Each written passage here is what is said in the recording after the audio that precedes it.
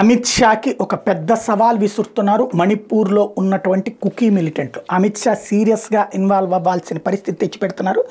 జాతుల వైరంతో ఘర్షణలమయమైన మణిపూర్లో ఈసారి భద్రతా బలగాల కుకీ మిలిటెంట్లకు మధ్య పరస్పర కాల్పుల పర్వం కొనసాగుతుంది. తొలుత మయన్మార్ సరిహద్దులోని మోరే పట్టణంలో భద్రతా బలగాల పోస్టు పైన మిలిటెంట్లు దాడి చేయడంతో ఎదురు కాల్పులు మొదలైనవి.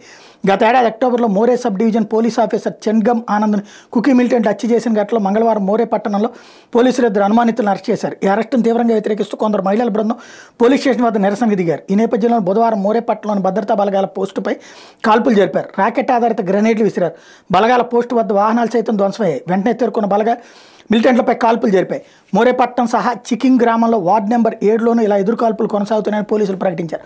ఒక ఆలయం సమీపంలో మిలిటెంట్లు జరిపిన మెరుపు దాడిలో స్టేట్ పోలీస్ కమాండో వాంకెమ్ సోమర్జిత్ మరణించారు. మరో చోట జరిగిన కాల్పుల్లో మరో పోలీస్ తకెల్లబం కైలేశ్వర్ ప్రాణాలు కోల్పోయారు. ఉద్రిక్తల నేపథ్యంలో తెంగనోపాల్ జిల్లాలో మణిపూర్ సర్కార్ కర్ఫ్యూను విధించింది. ఇద్దరు నిందితులను జ్యుడిషియల్ మ్యాజిస్ట్రేట్ 9 రోజుల పాటు పోలీస్ కస్టడీకి అప్పగించారు. మరోవైపు రోడ్డు మార్గంలో బలగాల తరలింపు సమయంలో మిలిటెంట్లు మెరుపుదాడుల నేపథ్యంలో బలగాల తరలింపు, మోహరింపు, క్షతగాత్రుల తరలింపు, వైద్య సేవల కోసం హెలికాప్టర్లు ఇవ్వాలని కేంద్ర హోంశాఖ మణిపూర్ రాష్ట్ర ప్రభుత్వం అభ్యర్థించింది. రాష్ట్రంలో మళ్లీ మొదలైన ఘర్షణలు, ఉద్రిక్తలపై ముఖ్యమంత్రి బీరెన్ నేతృత్వంలో ఉన్నత స్థాయి సమావేశం నిర్వహించారు. తాజా ఉద్రిక్తతలతో మయన్మార్ శక్తుల ప్రమేయం ఉండొచ్చని సీఎం అనుమానం వ్యక్తం చేస్తున్నారు. ఈ నేపథ్యంలో హెలికాప్టర్లు అడిగారు. అమిత్ షా నిర్ణయం తీసుకోవాల్సింది.